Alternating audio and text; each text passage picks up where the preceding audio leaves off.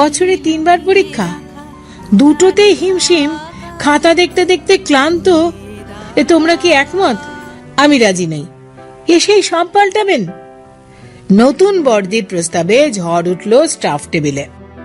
গণতন্ত্রপ্রিয় বর্দি আলোচনায় চেয়েছিলেন। সালটা 2002। সহশিক্ষিকারা বর্দির বিরোধিতায় এক গ্রুপ। এরপরে বর্দির জনে জনে বোঝানো ব্যর্থ হলে পরিচালন সমিতির সভায় সিদ্ধান্ত নিয়ে অভিভাবকদের সভা ডেকে জানালেন, ছাত্রীদের মানোন্নয়নে সম্পূর্ণ সিলেবাস 3টি ভাগে ভাগ করে 3 বার পরীক্ষা হবে।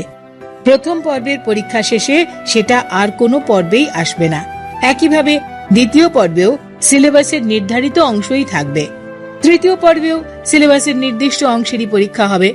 প্রতিটি পর্বই চূড়ান্ত এবং 3 বারের পরীক্ষার নম্বর গড়ে হবে।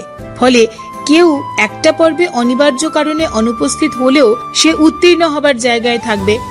এজন্য তাদের স্কুলে আসা জরুরি। অভিভাবকবৃন্দ সম্মত হলেন।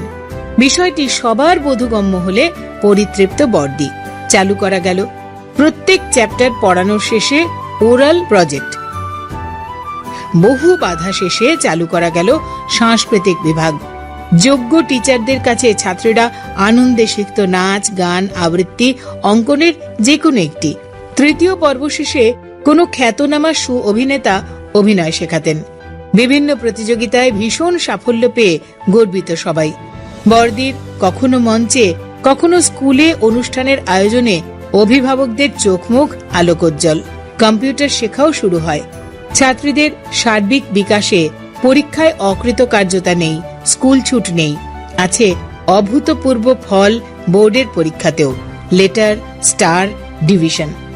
অভিভাবক বৃন্দ এখন বর্দির সঙ্গে একই স্বরে বলেন, বিয়ে নয়, স্বনির্ভরতাই লক্ষ্য।